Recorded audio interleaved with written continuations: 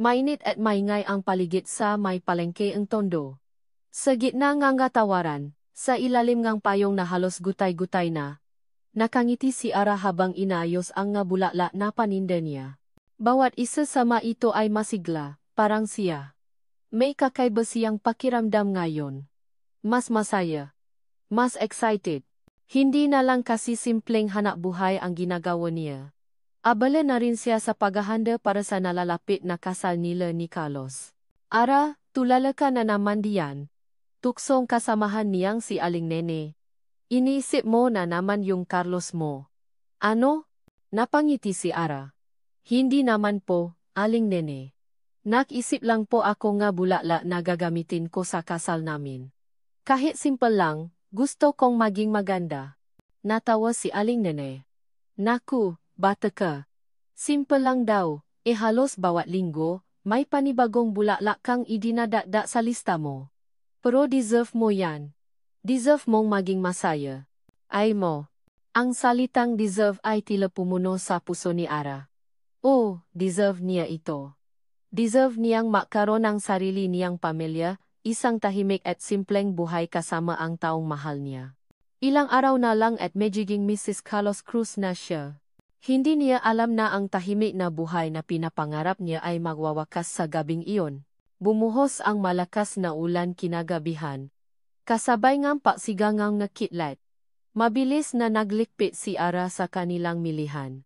Basa ang kalsada, at tanging ilaw ng mga sasakyan at ilang poster lang ang nagsisilbing tanglaw.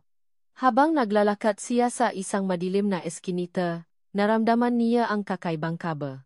Malamig ang hangin, pero lalo siyang nilamig nang marinig niya ang magayaba na hindi kanya. Napalingon siya. Walang tao. Pero sa kanyang paglingon, may humarang sa kanyang harapan. Dalawang lalaking nakaswat ng itim na hoodie at nakatakip ang mga mukha.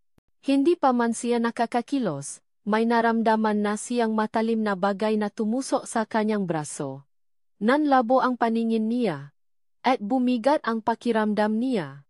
Bago siya tuluyang mawalan ng malay, may narinig siyang bulong mula sa isa sa mga lalaki, siya siya ang anak ni Silverio. Dalhin siya sa boss. Ang mundo niya ay nagdilim. Ang nga huling salitang iyon ang pumukaw sa kanyang isipan. Anak ni Silverio. Sino si Silverio? Nagising si Ara sa isang kama na mas malambot pa sa maulap. Nakakasilah ang puting ilaw, at bawat detalyeng kwarto ay gawa sa mamahaling materyales. Ang sahig ay makintab at ang mga kurtina ay malabong nakatakip sa bintana. Tumingin siya sa kanyang braso, may benda ito. Ang damit niya ay napalitan ng isang simpleng nightgown. Para siyang nasa panaginip, pero ang matinding sakit ng ulo at ang lalong lumalakas na kaba sa dibdib niya ay nagsasabing totoo ang lahat. Nasaan siya? Ano ang nangyari? Sinubukan niyang bumangon at lumabas ng kwarto. Ang hallway ay mahaba at malawak, na may mga malalaking painting sa bawat dingding. Ang bawat hakbang niya ay parang tumatagos sa katahimikan ng bahay. Nakarating siya sa dulo, sa isang malaking sala, na may mataas na bintana na nagpapakita ng tanawin ng karagatan.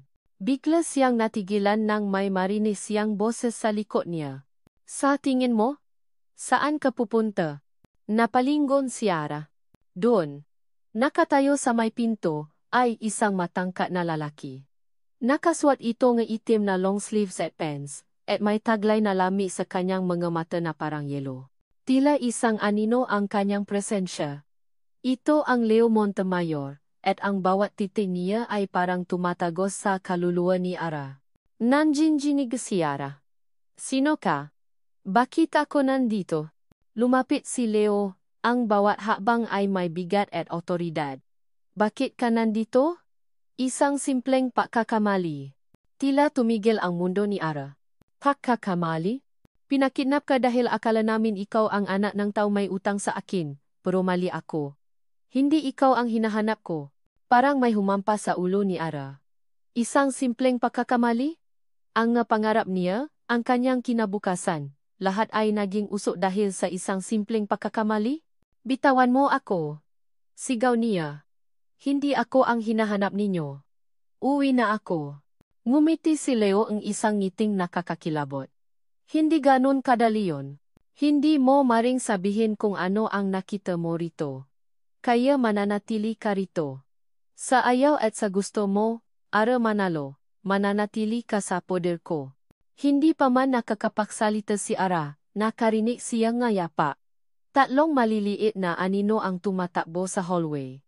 Naksilip sila sa may likod ni Leo at ngumiti nang makita si Ara. Ang pinakamaliit sa kanila, isang batang babaeng may kulot na buhok, ay tumakbo papalapit kay Ara at hinila ang kanyang kamay. Ate, gising ka na po. Gutom na po si Luis. Sabi ng batang babae, sabay turo sa isang batang lalaki na nakatayo sa likod niya. Napakunot ang noo ni Ara, at napatingin siya kay Leo. Ang nga mata ng lalaki ay puno ng pagtataka at galit nang makita ang nga anak niya, na kumakausap sa kanya. Papa, magbi-breakfast na po kayo. Tanong ang panganay na anak na babae. Siya niya. Ang salitang papa ay tila isang balaraw na tumusok sa puso ni Ara. Ito ang lalaking walang puso na napakidnap sa kanya. Pero sa likod ng lahat ng iyon, siya ay isang ama.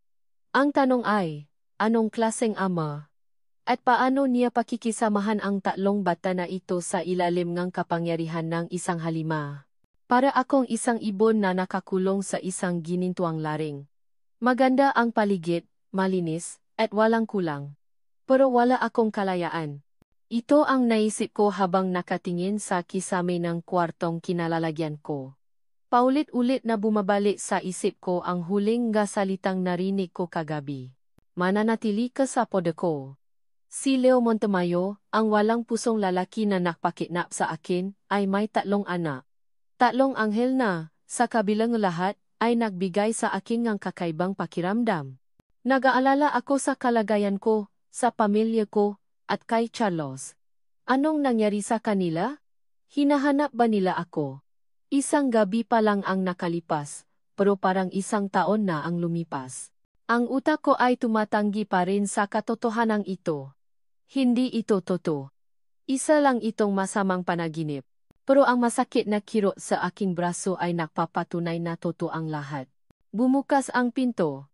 Pumasok si Anya, ang pinakamatanda sa tatlo.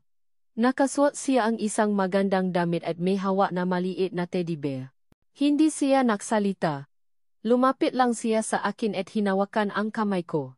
Gising ka na, ate? Tanong niya, may pag-alala sa kanyang boses. Pilit akong ngumiti. Gising na ako. Halika na po, kaya na po tayo, yaya niya. Nagluto po si Papa ng pancit. Andukon. Ang Papa na sinasabi niya ay ang taong dahilan kung bakit ako nandito ngayon. Nag-aatubili ako, pero nang makita ko ang nga mata ni Anya, hindi ako makatanggi. Hindi ito kasalanan ng nga bata. Sila ang mainosenteng biktima sa sitwasyong ito. Bumaba kami sa malaking dining room. Nakaupo na sa lamesa si Leo, si Luis, at si Chloe. Nakasuot si Leo ang isang formal na suit, at mukhang abala sa pag-browse sa kanyang tablet. Parang isang bato ang kanyang ekspresyon, walang emosyon. Umupo ka na. Ara. Utos niya. Nang hindi man lang tumitingin sa akin. Umupo ako sa tapat niya. Nakikita ko ang mabata na kumakain ng pancit na may kasiyahan. Hindi ko mapigilang mapaisip. Paano na ang simpleng pancit na luto ni Aling Nana sa palengke? Ang pancit na kinakain ko kasama si Carlos? Ngayon, nasa harap ako ngang isang mamahaling lamesa. Kasama ang taong kinamumuhian ko. Sabi ni Papa, bawal daw kayo umalis dito, biglang sabi ni Luis, habang tinutusok ang pancit gamit ang kanyang tinidor. Napatigil ako. Tumingin ako kay Leo, na biglang tumingala mula sa kanyang tablet. Bakit po Papa? Tanong ni Anya. Bakit hindi po pwedeng umalis si Ate Ara? May dapat siyang tapusin? Sagot ni Leo, ang boses ay seryoso at malamig. Basta, hindi siya alis hanggat hindi ko sinasabi. Naramdaman ko ang kirot sa dibdib ko. Para akong isang hayop na nakatali. Hindi ako isang bagay na pwedeng kontrolin. Pero wala akong magawa. Wala akong lakas para labanan ang taong ito. Pagkatapos ng almusal, hinila ako ni Chloe sa garden. Halika po, Ate Ara. Tingnan niyo po yung nga bulaklak dito. Ang hardin ay malawa at puno ng iba't ibang uri ng bulaklak. Mas maganda pa sa mga bulaklak na paninda ko. Nakalimutan ko pansamantala ang nga problema ko habang naglalaro ako kasama ang nga bata.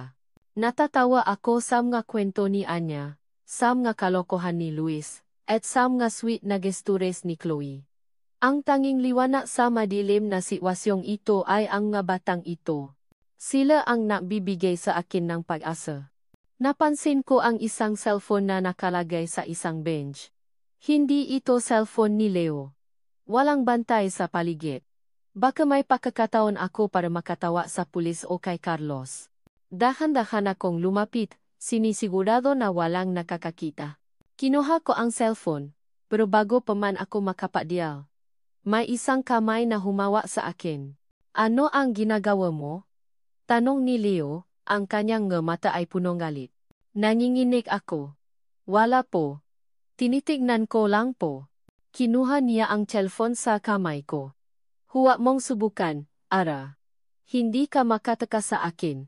Pagkatapos nito, dinala niya ako sa loob. Ipinakita niya sa akin ang mga CCTV camera na nakakalat sa buong bahay. Sa bawat sulok ng bahay na ito, may mata na nakabantay sa'yo. Kung anuman ang ginagawa mo, alam ko. Nangingini ako sa takot at galit. Ang makamay ko ay nakuyom. Hindi ako papaya na maging alipin niya. Kinaumagahan, ginawa ko ang isang bagay na alam kong ikagagalit niya.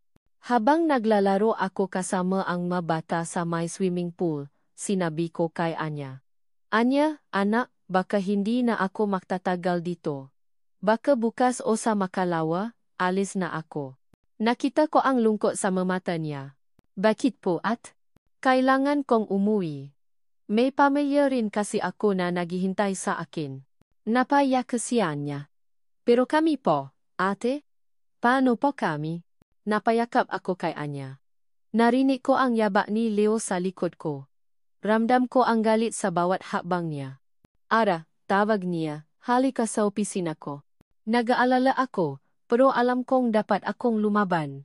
Pumasok ako sa opisina niya, at nakita ko siyang nakatayo sa may bintana, nakatalikod sa akin.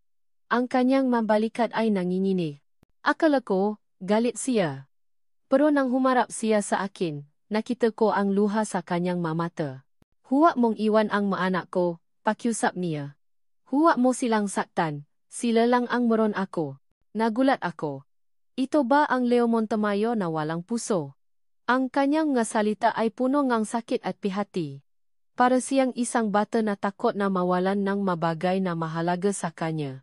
Para siyang isang ama na desperado na protektahan ang kanyang anak. Nang gabing iyon, hindi ako makatulog. Ang salita niya ay patuloy na bumabalik sa isip ko. Sino ka ba talaga, Leo Montemayor? Ang halimaw na nagpakidnap sa akin, o isang ama na naghahanap ng pagmamahal? Hindi ako makatulog. Bumangon ako at lumabas ng kwarto. Naglakad ako papunta sa kwarto ng mga bata. Nakita ko si Ara na nakaupo sa sahig, sa tabi ng kama ni Chloe. May hawak siyang libro, at binabasahan niya ang mga bata. Narinig ko ang boses niya, malambing at puno ang niya pagmamahal. Tumigil ako sa pinto, hindi ko magawang gumalaw. Narinig ko ang bawat salita niya. At sa huli, ang prinsesa ay natakpuan ang kanyang tunay na pamilya. Hindi man sila parehong dugo, pero ang pag-ibig at pagmamahal ang nagbigkis sa kanila.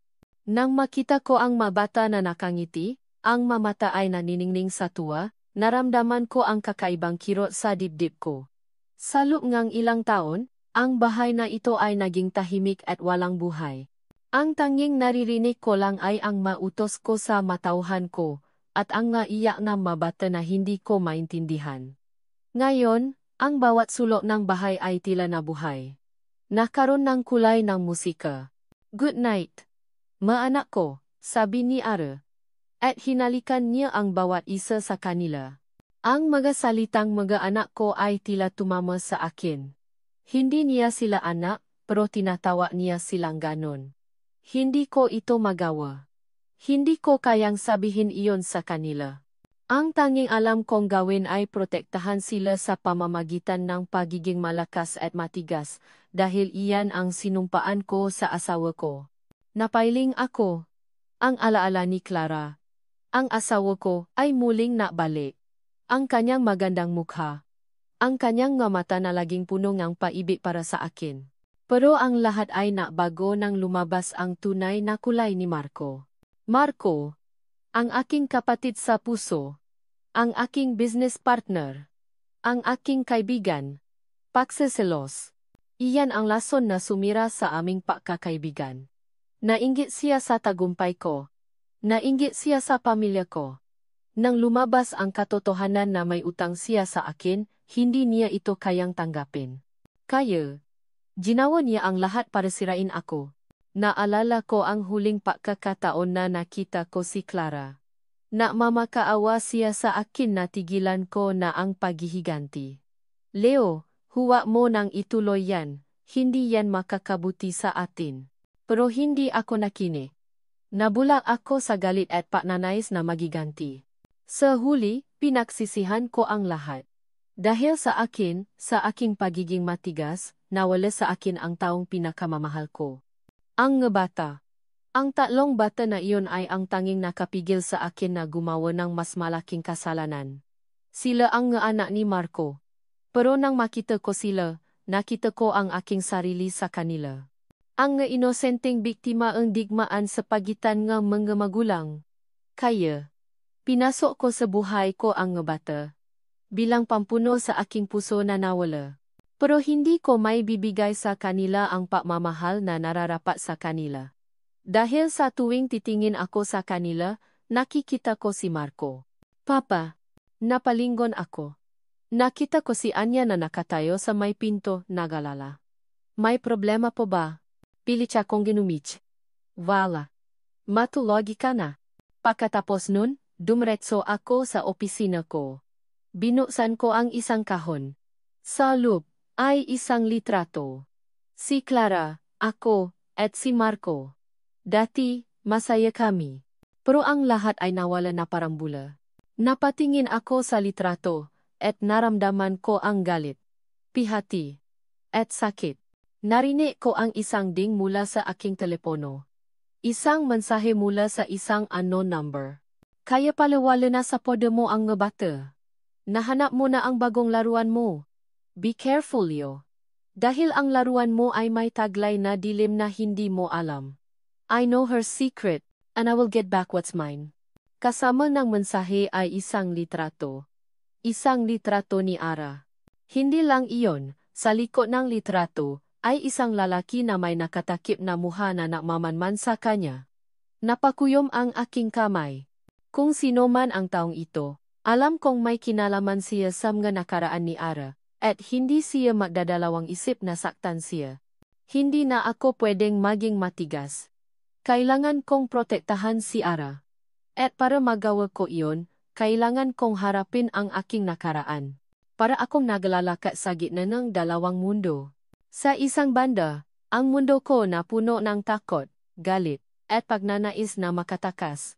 Sa kabilang banda, ang mundo ng gabata, na puno ng saya, tawa, at inosenteng pagmamahal. At sa gitna ang lahat, ang lalaking walang pusong napakulong sa akin. Nabalot ng katahimikan ang kwarto and opisina. Ang luha ni Leo ay napapakita ng isang aspeto niya na hindi ko inakala na mayroon siya. Isang ama na takot na mawalan ng anak. Pero bakit? Bakit niya ako kinidnap kung ang tanging gusto niya lang ay protektahan ang mga anak niya? Binalik ko ang tanong sa kanya. Kung mahalaga sa iyo ang nga anak mo, bakit mo ako kinidnap? Bakit mo kami pinoprotektahan, pero ikaw din ang naglagay sa akin sa sitwasyong ito? Hindi siya sumagot. Ang kanyang mga mata ay nanatiling tahimik. Ngunit ang bigat ng kanyang tingin ay nagsasabing hindi niya alam ang sagot. O mas masakit, ayaw niyang ibigay ang sagot. Kinabukasan, nayaya si Anya na mag-swimming. Ayon sa kanya, matagal na po kaming hindi na swimming. At sabi ni Papa, bawal daw po muna kami sa labas. Alam ko na ito ang paraan ni Leo para pigilan kaming makatakas. Pero sa mabata, ito ay paraan para makapabonding. Nagtataka ako. Sa kabila ng lahat, bakit nila mahal ang papa nila? Si Leo ay halos hindi man lang sila kinakausap, laging seryoso, laging galit. Pero sa mga bata, siya ay ang kanilang papa. Ang papa na nagbibigay sa kanila ng lahat ng kailangan nila. Habang naglalaro kami sa pool, nakita ko si Leo na nakaupo sa isang silya, may hawak na libro. Ang kanyang tingin ay walang emosyon. Pero sa tuwing titingin siya sa mga bata, nakikita ko ang isang kakaibang liwanag sa kanyang mga mata. Isang matinding hampas ng tubig ang nakpataob sa akin. Si Luis, na tuwang-tuwa, ay sumigaw. Ate, ang galing ko, no? Oh, ang galing mo, sagot ko, habang tumatawa. Napansin ko na tumitingin si Leo sa amin. Hindi ako sigurado kung ano ang nasa isip niya. Pero sa unang pagkakataon, hindi ako natakot sa kanyang ngatingin. Pagkatapos naming maglaro, niyaya ako ngang bata na mapiknik sa hardin. Nagluto ako ngang sandwiches, at si Leo ay nakdala nga maprutas at juice. Naramdaman ko ang kakaibang pakiramdam. Ang pangarap kong simpleng buhay.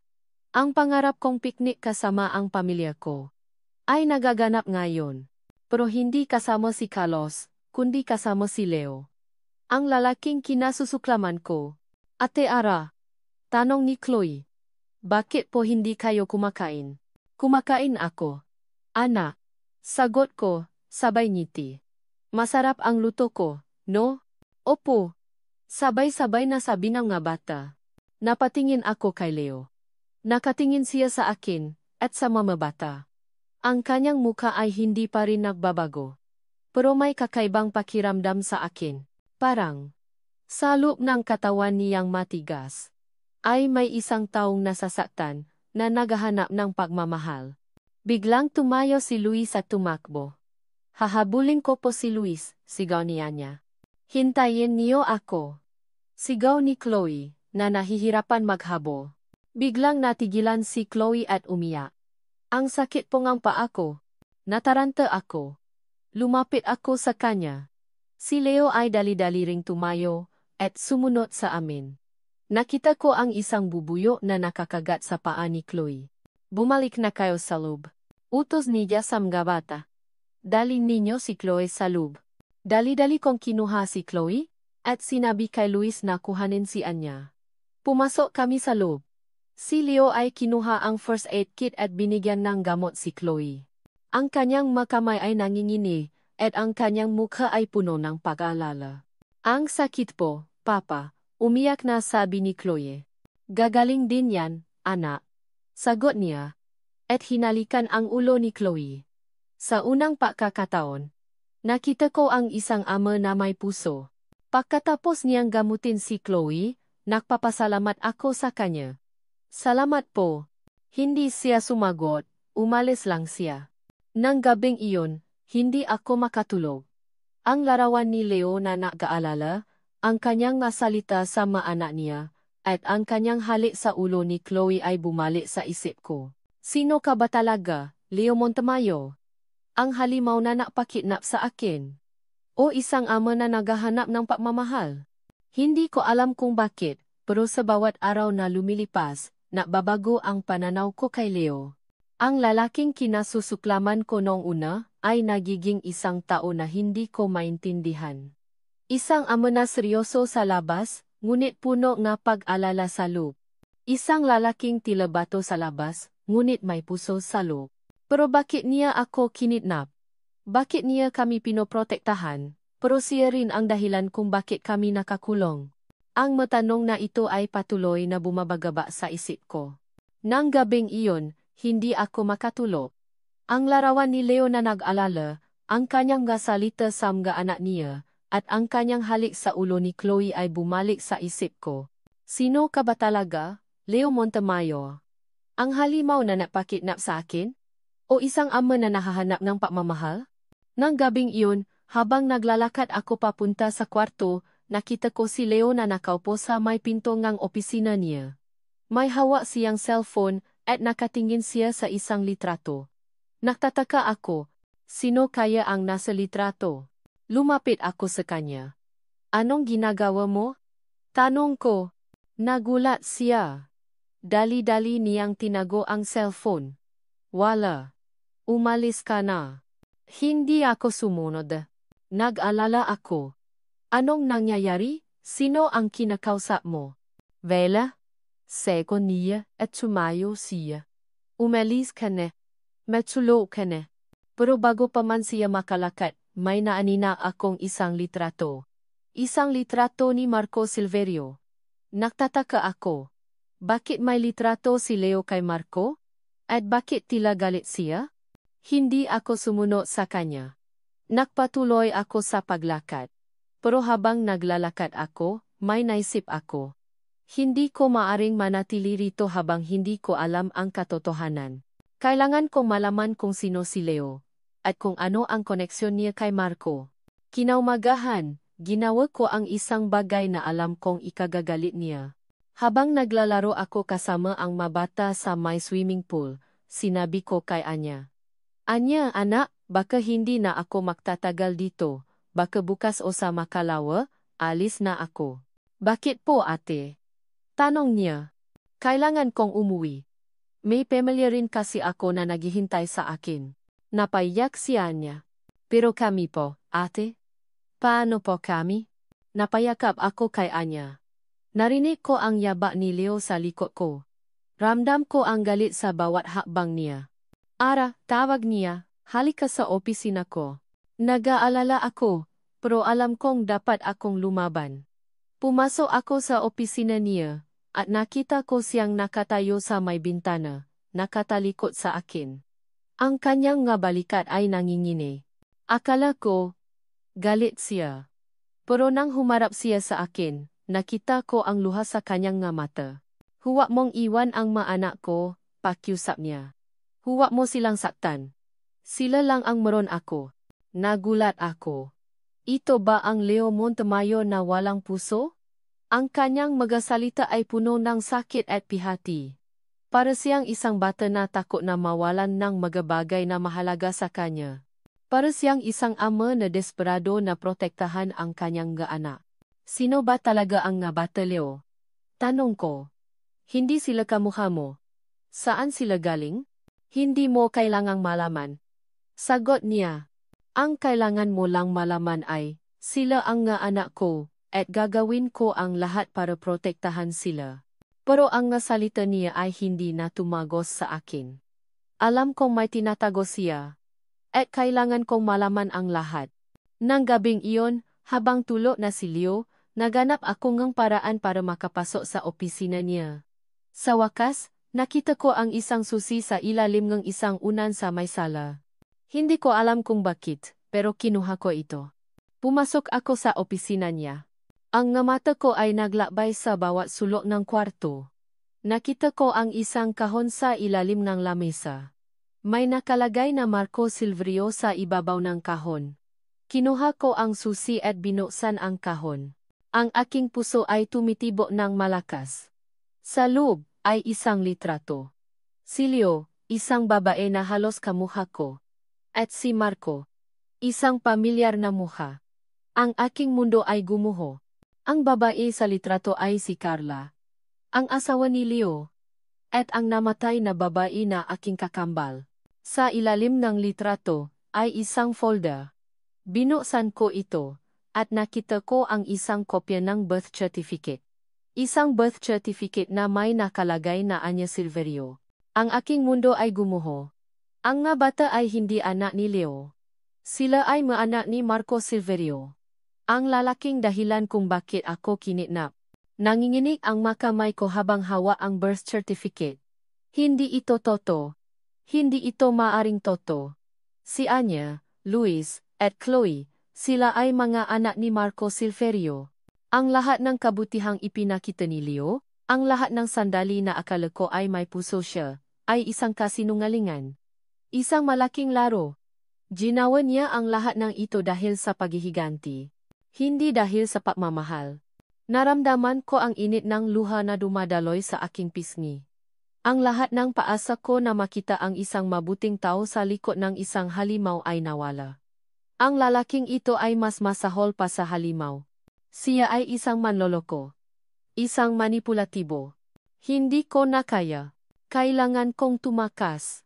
Kailangan kong dalhin ang mga bata. Hindi sila nararapat na maging bahagi ng isang madilim na laro. Tumakbo ako palabas ng opisina at dumiretso ako sa kwarto.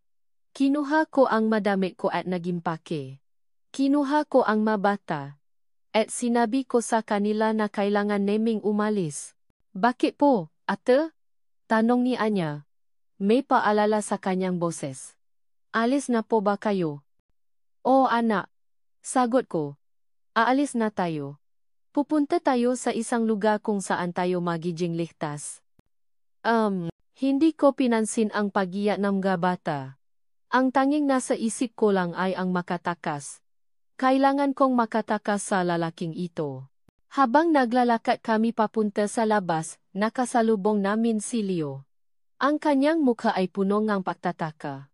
Saan kayo pupunta? Umuwi na kami, sagot ko, ang boses ko ay nangingini. Hindi na kami mananatili rito. Hindi mo pwedeng gawin yan, sabi niya, at hinawakan niya ang braso ko. Bakit ka alis? Hindi ako nagsalita. Ipinakita ko sa kanya ang birth certificate. Ang kanyang mga mata ay nanlaki. At ang kanyang mukha ay nagbago. Ang kanyang mga labi ay nangingini. Paano mo nalaman? Tanong niya. Hindi mahalaga kung paano ko nalaman, sagot ko, ang mahalaga ay, alam ko na ang katotohanan. Alam ko na ginawa mo lang kami para sa paghihiganti. Na ang lahat ng ito ay isang laro lamang. Ang kanyang mukha ay naging puno ng sakit. Hindi. Hindi totoo yan. Ginawa ko ang lahat para sa kanila. Hindi para sa paghihiganti. Kung totoo yan, bakit ka nagiganti? Bakit mo pinasamantalahan ang nga bata? Bakit mo ako ginamit para sa iyong madilim na laro? Ang kanyang mamata ay nanatiling tahimik. Ngunit ang bigat ng kanyang tingin ay nagsasabing hindi niya alam ang sagot. O mas masakit. Ayaw niyang ibigay ang sagot. Makinig ka, Ara, sabi niya. Hindi mo naintindihan. Kailangan kong gawin ito. Hindi. Sabi ko. At tumalikod ako. Ang kailangan mo ay maging isang mabuting tao. Isang amo na hindi gagawin ang lahat para sa kanyang paghihiganti. Nagpatuloy ako sa paglakad. Hindi ko alam kung saan ako pupunta. Ang tanging alam ko lang ay kailangan kong makatakas sa lalaking ito. Habang naglalakad kami papunta sa labas, nakasalubong namin ang isang matandang babae. Huwag kang tumakas, anak, sabi niya. Ang lalaking ito ay hindi masama. Siya ay isang mabuting tao na naghahanap ng pagmamahal. Hindi, sabi ko, siya ay isang manloloko. Isang manipulatibo. Hindi, sabi niya, at hinawakan niya ang kamay ko. Ang lahat ng ito ay isang pagkakamali. Ang lalaking ito ay hindi masama. Siya ay isang mabuting tao na naghahanap ng pagmamahal. Hindi ako sumagot. Napatuloy ako sa paglakad. Pero sa likod ng lahat ng iyon, alam kong may isang maliit na bahagi ng puso ko na naniniwala sa sinabi ng matandang babae. Para akong naglalakad sa kawalan. Bawat hakbang ko ay mabigat, ang puso ko ay parang pinunit sa dalawa. Ang mga salitang nabasa ko sa birth certificate ay patuloy na umalingaw-ngaw sa isip ko. Hindi anak ni Leo ang mabata. Sila ay maanak ni Marco Silverio, ang taong kinamumuhian ni Leo. Ang lahat ay isang kasinungalingan. Ang pag-alala ni Leo, ang kanyang nga salita na huwag mong iwan ang nga anak ko, ang kanyang nga luha, lahat ay isang bahagi ng isang madilim na laro. Isang laro ng paghihiganti. At ako at ang mga bata ay mga biktima lamang. Pero hindi ko hahayaan na maging ganito ang kapalaran namin. Nang gabing iyon, habang tulo na ang lahat, nahanda ako. Dahan-dahan kong kinuha ang madamit ko at inilagay sa isang bag. Dahan-dahan akong lumapit sa kwarto ng mga bata. Si Anya, Luis, at Chloe ay natutulo, mahimbing. Ginamit ko ang aking cellphone at nag-text kay Carlos. Ang tanging taong pinakakatiwalaan ko. Ang tanging pag-asa ko. Carlos, tulungan mo ako. Pakidnap ako. Nasa mansion ako ngayon, may mangyayari.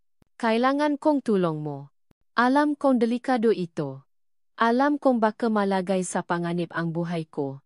Pero wala na akong papipilian. Ang tanging paasa ko ay si Carlos. Pagkatapos kong mag-text, kinuha ko ang nga bata. Anya, Luis, Chloe, gising na kayo, bulong ko.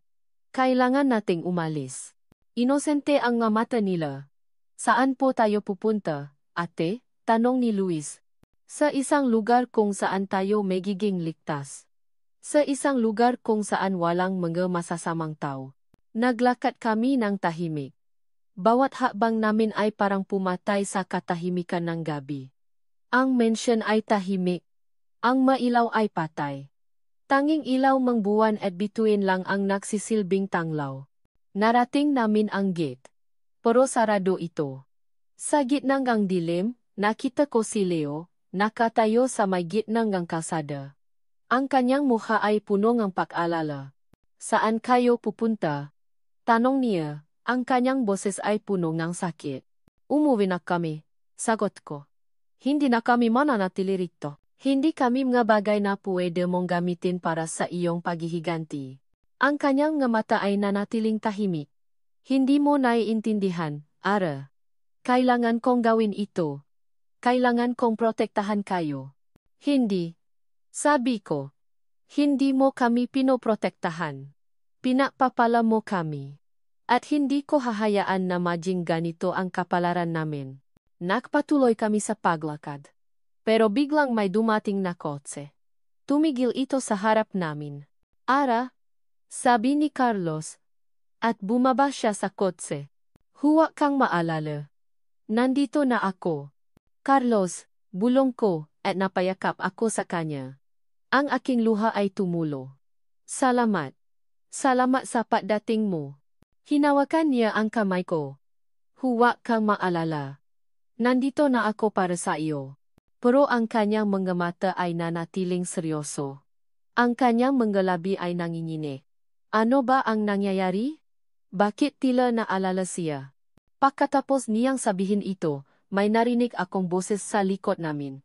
Congratulations, Carlos. You did a good job. Napalingon kami.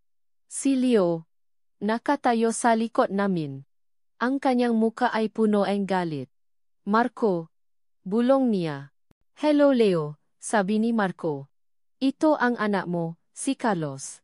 At ito ang mga anak mo, na ipinapalala mo sa akin ang aking kasalanan.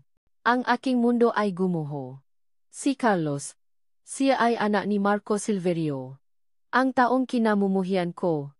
Ang taong dahilan kung bakit ako kinidnap. Gusto mo pa bang malaman ang iba pang nga detalye? Dahil kung narito ang buong kwento, sabi ni Marco.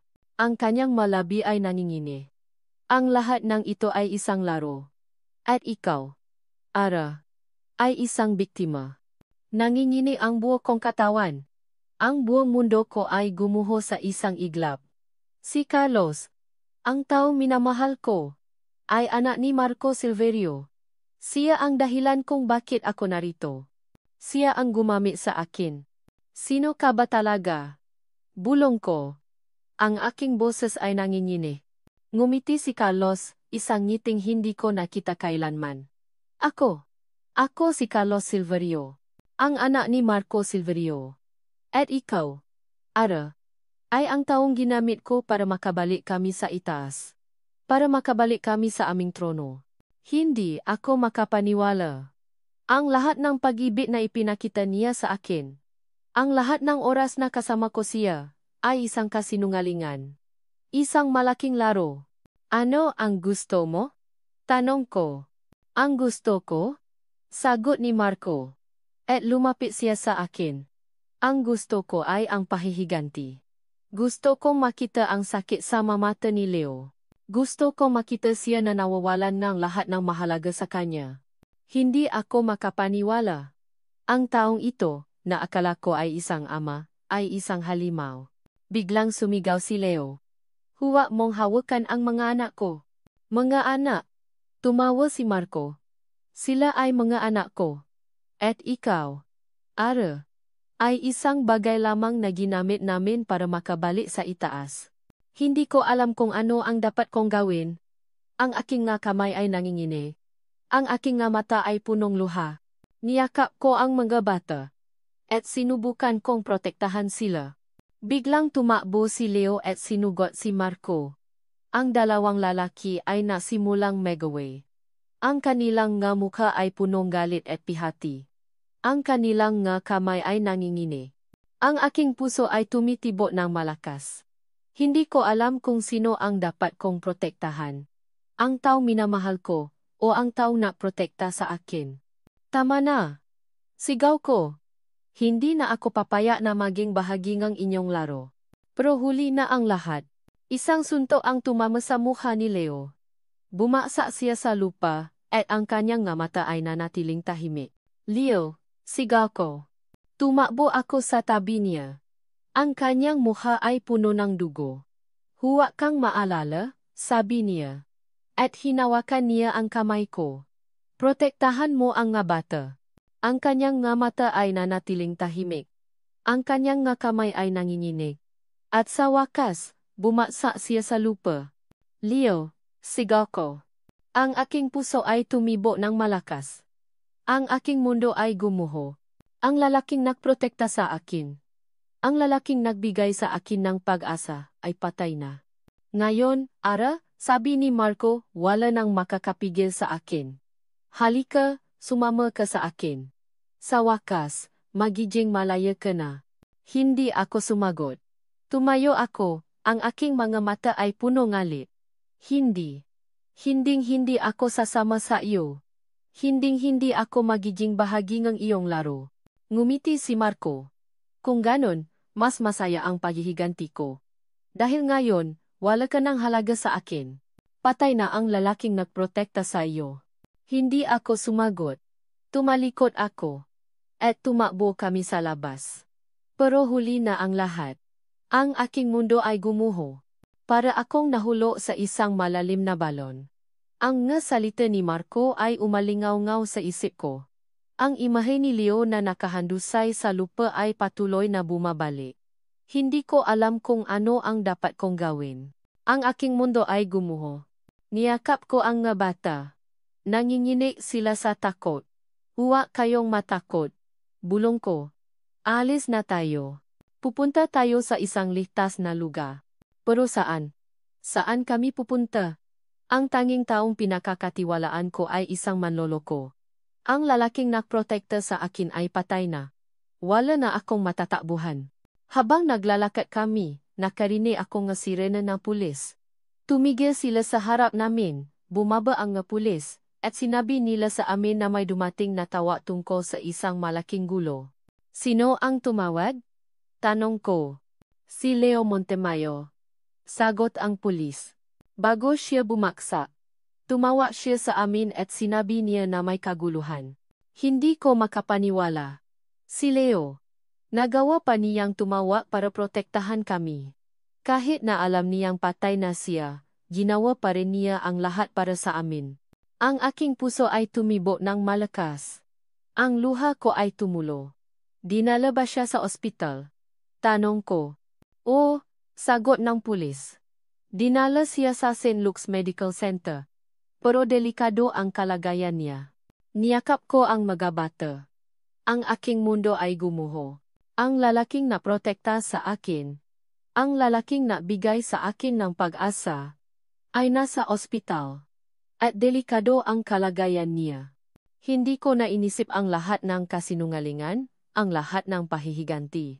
Ang tanging nasa isip ko lang ay si Leo. Ang lalaking nagligtas sa akin. Ang lalaking nagbigay sa akin ng pag-asa.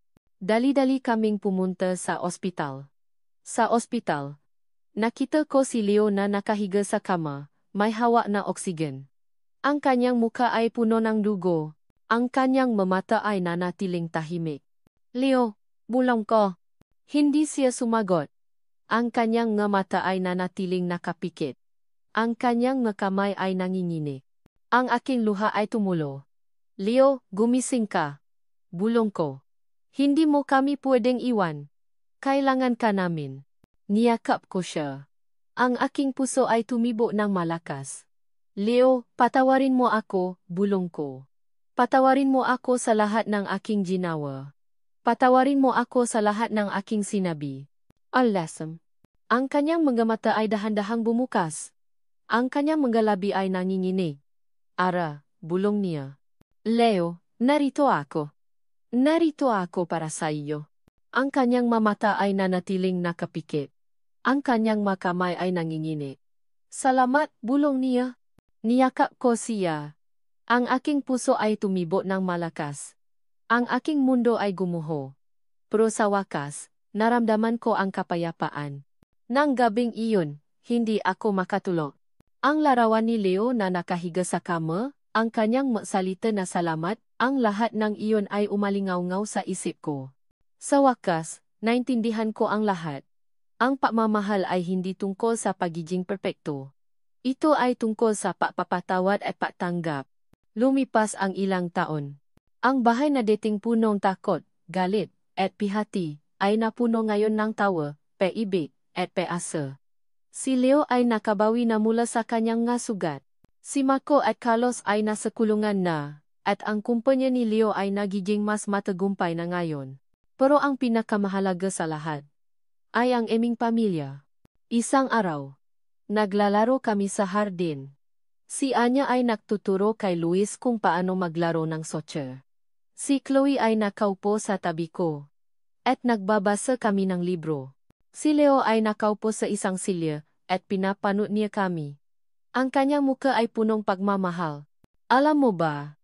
Ara, sabi niya. Hindi ko akalain na magiging ganito ang buhay ko. Akala ko, mag-isa lang ako habang buhay. Akala ko, hindi ko na mararanasan ang pagmamahal. Pero salamat sa iyo, nakaroon ako ng pag-asa. Hinawakan ko ang kamay niya. Hindi lang ikaw. Salamat din sa iyo, Leo. Salamat sa pagmamahal mo. Salamat sa pagbibigay sa akin ng isang pamilya. Ang aming pamilya ay hindi perpekto. Ang aming kwento ay hindi perpekto. Pero ang aming pag-ibig ay totoo. At iyon ang pinakamahalaga sa lahat. Nang gabing iyon, habang natutulog na ang nga bata, naglakad kami sa hardin. Ang nga bituin ay naniningning sa langit. Ang buwan ay naniningning. Leo, sabi ko, kung hindi dahil sa iyo, hindi ko malalaman ang tunay na kahulugan ng pag-ibig. Ang pag-ibig ay hindi tungkol sa pagiging perpekto. Ito ay tungkol sa pagtanggap sa bawat isa. Ito ay tungkol sa pagpapatawad. Oo, sagot niya. At niyakap niya ako. Ang pag-ibig ay hindi tungkol sa perpekto. Ito ay tungkol sa pagiging totoo. Sa pagiging totoo sa bawat isa. Ang aming pag-ibig ay hindi nagsimula sa isang fairy tale. Nagsimula ito sa isang pagkakamali. Pero sa wakas, natakpuan namin ang aming sarili sa isang lugar kung saan kami ay ligtas. Sa isang lugar kung saan kami ay mahal. At iyon ang simulang ng aming bagong buhay. Ang simulang ng isang bagong pamilya. At dito nagtatapos ang kwento ni na Ara at Leo. Salamat sa inyong walang sawang pagsuporta at pagmamahal sa kwentong ito. Bawat araw na inyong sinamahan kami sa aming paglalakbay ay isang karangalan at isang biyaya. Hindi ko inakala na ang isang simpleng kwento ng paghihiganti ay magiging isang kwento ng pag-ibig, pagpapatawad, at pag-asa. Sa bawat kabanata, naramdaman ko ang inyong nga luha, ang inyong nga ngiti, at ang inyong pagmamahal. Ang kwentong ito ay isang paalala na ang pag-ibig ay hindi laging perpekto. Ito ay tungkol sa pagtanggap sa bawat isa, sa pagpapatawad sa mapagkakamali, at sa paghahanap ng paasa sa gitna ng kadiliman. Sa bawat isa sa atin, mayroong isang Ara at isang Leo na naghahanap ng pag-ibig. Muli, salamat sa inyong lahat. Sana ay manatili kayong malakas at puno ng pag-asa. At sana, sa bawat kwentong marinig ninyo, ay laging may pag-ibig na nagpapalakas sa inyong puso. Hanggang sa muli, Kwento NG Kapalaran.